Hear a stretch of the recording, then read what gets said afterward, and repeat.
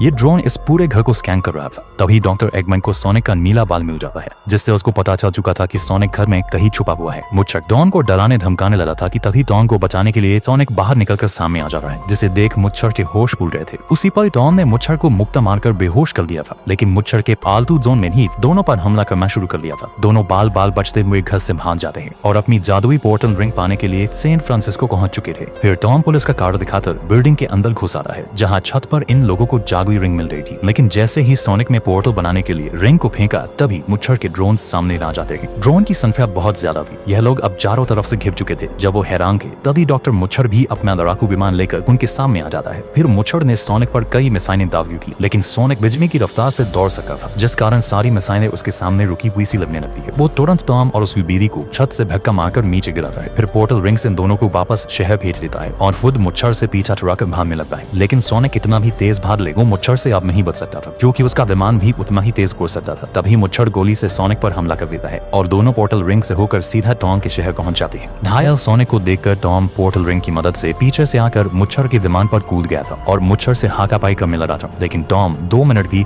मुच्छर के सामने टिक नहीं पाता और जब मुच्छर सोनिक को मारने जा रहा था, तभी शहर के सारे लोग उसके सामने खड़े हो जाते हैं। खतरे को भांपता तभी सोनिक ने अपनी आंखें खोल दी थी और इस बार अपनी पूरी पावर का इस्तेमाल करके तुरंत मुच्छर के विमान पर हमला कर दिया था। सोनिक की गति बहुत तेज हो चुकी थी। तभी टॉम जादुई रिंग फेंकता है और पोर्टल के खुलते ही सोनिक मुच्छर को विमान सहित एक अनजान ग्रह पर पहुंचा देता है। इंसानों की दलिया दिली देखकर सोनिक ने पृथ्वी पर रहने का फैसला कर लिया था, क्योंकि अब उसके पास प्यार करने वाले दोस्त और रक्षा करने वाले लोग थे।